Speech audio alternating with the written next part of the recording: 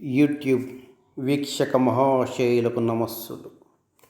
నా పేరు డాక్టర్ కొయ్య శ్రీనివాసులు. శ్రీ తాయి సూర్యనారాయణ ప్రభుత్వ డిగ్రీ కళాశాలలో అసిస్టెంట్ ప్రొఫెసర్గా పనిచేయుచున్నాను.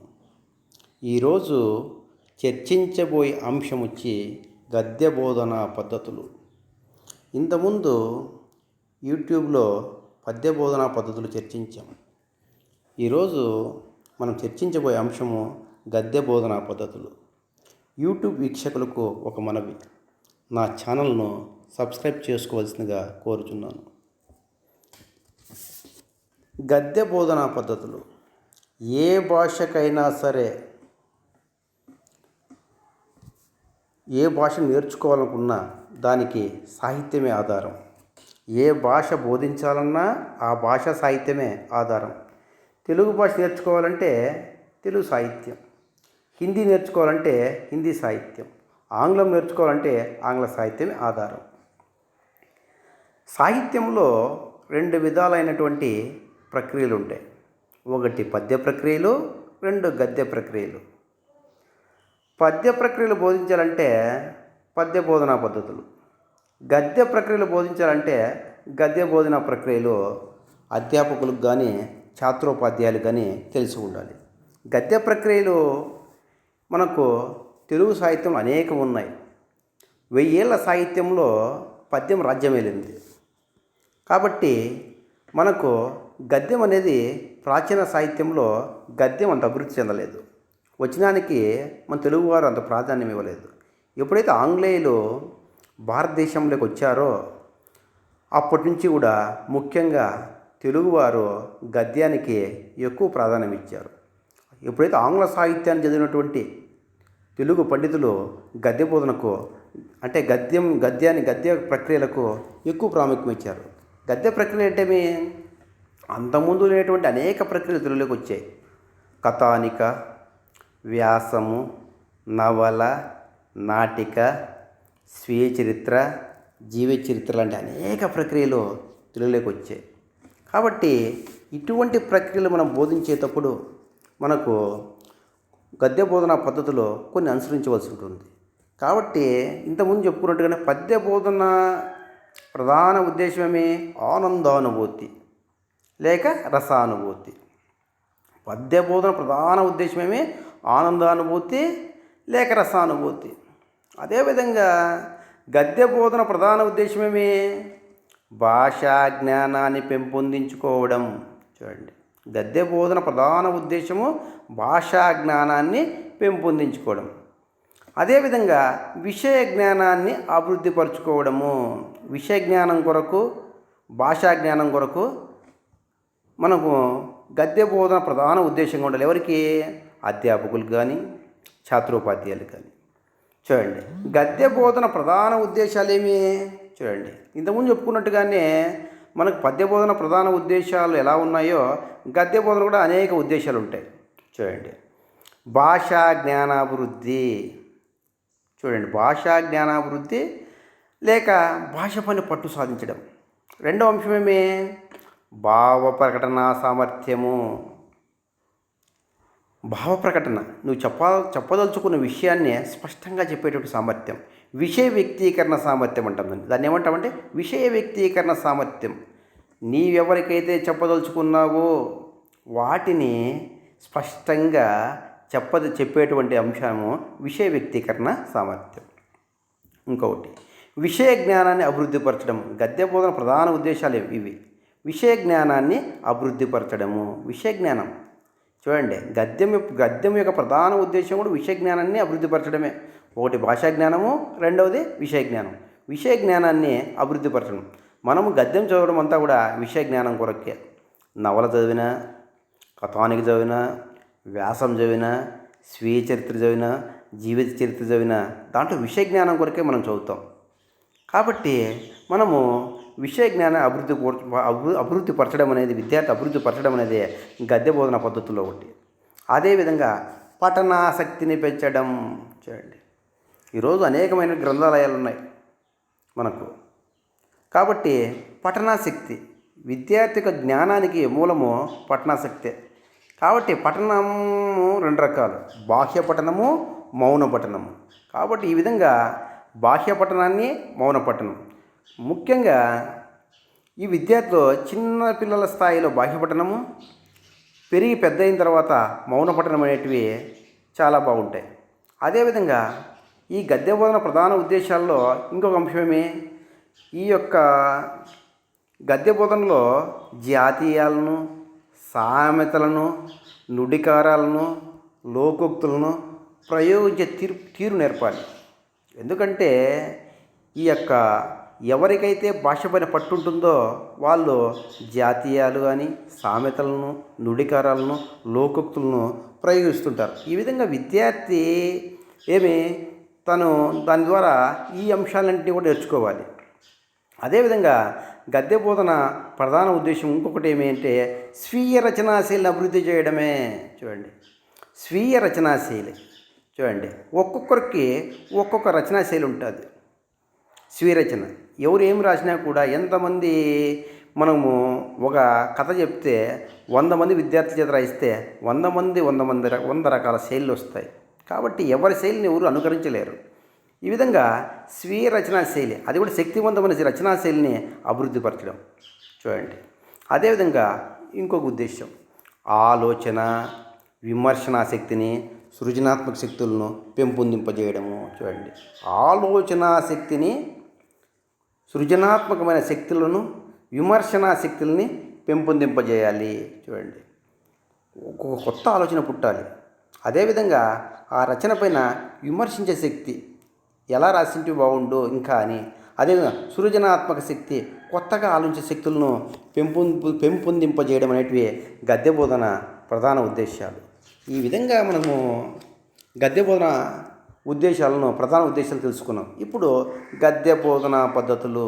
గద్య బోధనా పద్ధతులు కూడా సాంప్రదాయబద్ధంగా 2 రకాలుగా చెప్పుకుంటారు కొద్దిమంది. మనకు పూర్ణ పద్ధతి, ఖండ పద్ధతి. పూర్ణ పద్ధతిలో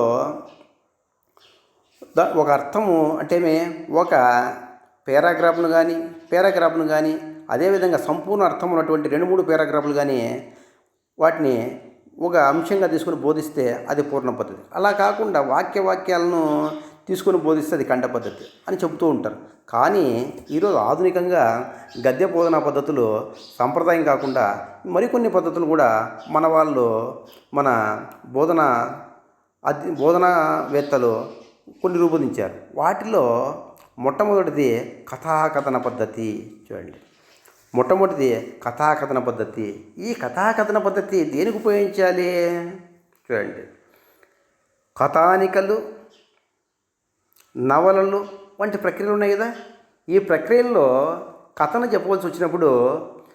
చెబుతున్నప్పుడు కథలోని పాత్రలకు, సంఘటనలకు తగినట్లుగా ఊనికను, స్వరభేదాన్ని పాటించాలి. ముఖం పైన హావభావాలను పలికించాలి. అప్పుడే విద్యార్థులు సావధానంగా విని అర్థం చేసుకుంటారు. అంతే. ఈ విధంగా విద్యార్థుల చేత కథను చెప్పించాలి. కాబట్టి కథారూపంలో ఉన్న గద్య పాఠాలు చెప్పడానికి ఈ కథాకథన పద్ధతి చాలా బాగుంటుంది. కాబట్టి కథాకథన పద్ధతి అనేది విద్యార్థిని ఆకట్టుకోవడానికి ఈ విధంగా కథాకథన పద్ధతిని మనము కథాకథన పద్ధతి ద్వారా బోధించవచ్చు. ఇది ప్రాథమిక స్థాయి విద్యార్థులకి సరిపోతుంది.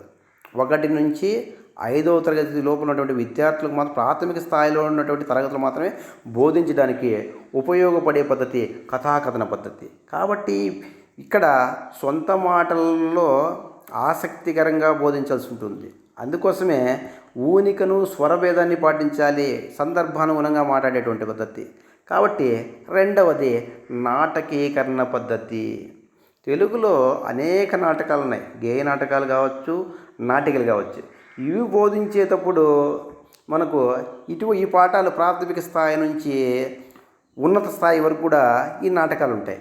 కాబట్టి ఈ పద్ధతిలో మనం బోధించేటప్పుడు ఉపాధ్యాయులు సంభాషణ పాఠాలు మాత్రమే కాకుండా ఇతర పాఠాలను కూడా నాటకీకరణలో బోధించవచ్చని చెప్తారు కొద్దిమంది.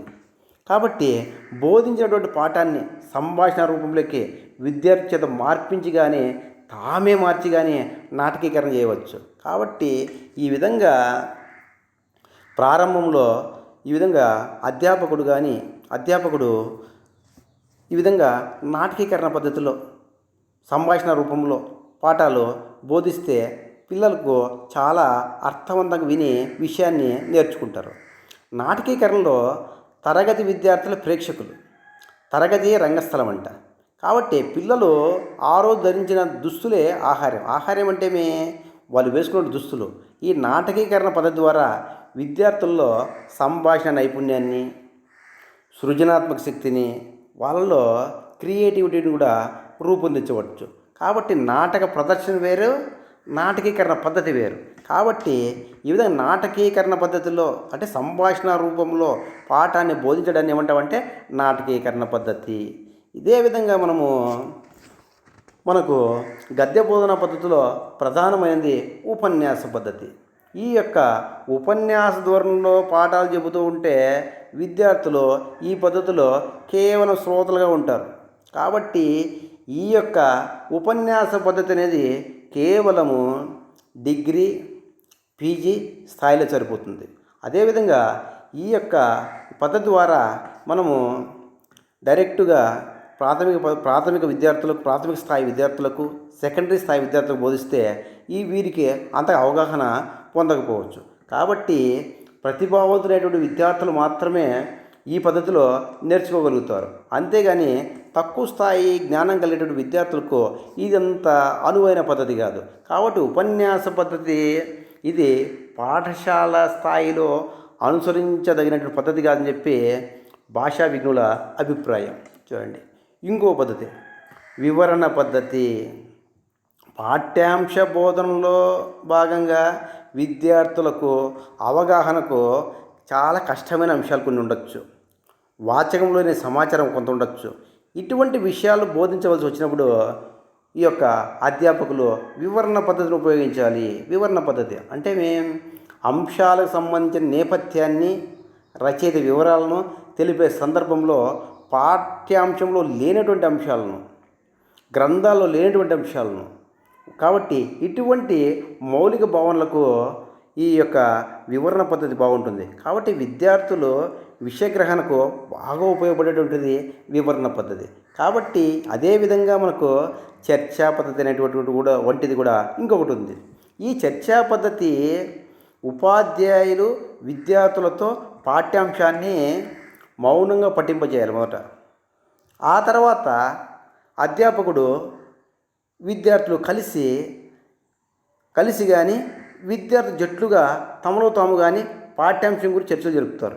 ఈ పద్ధతిలో విద్యార్థులు స్వేచ్ఛగా, నిస్సంకోచంగా తమ అభిప్రాయాలను వ్యక్తం చేయవచ్చు. కాబట్టి చర్చ అంతా జరిగిన తర్వాత ఒక అంశం సాధారణీకరణ చేస్తాడు ఈ చివరిలో మాత్రం.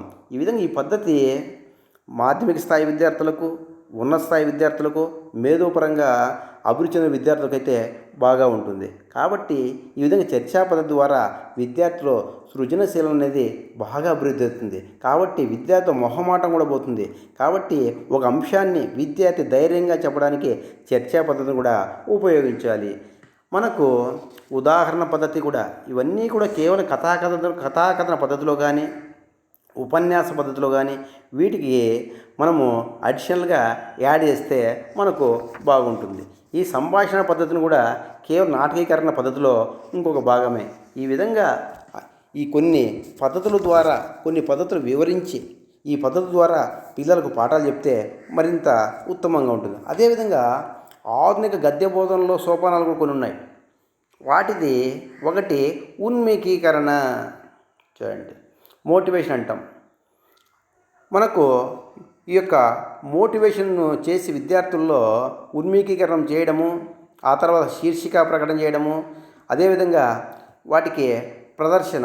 కాబట్టి ఆ ప్రదర్శనాంశం కవికాలాదులు, సందర్భము, ఆదర్శపట్టణము, బాహ్యపట్టణము, మౌనపట్టణాదులు ప్రదర్శించడము, అటువంటిది. ఆ తర్వాత విషయ వివరణ అంటే విషయవివరణ సబ్జెక్టు అంతా బోధించడం.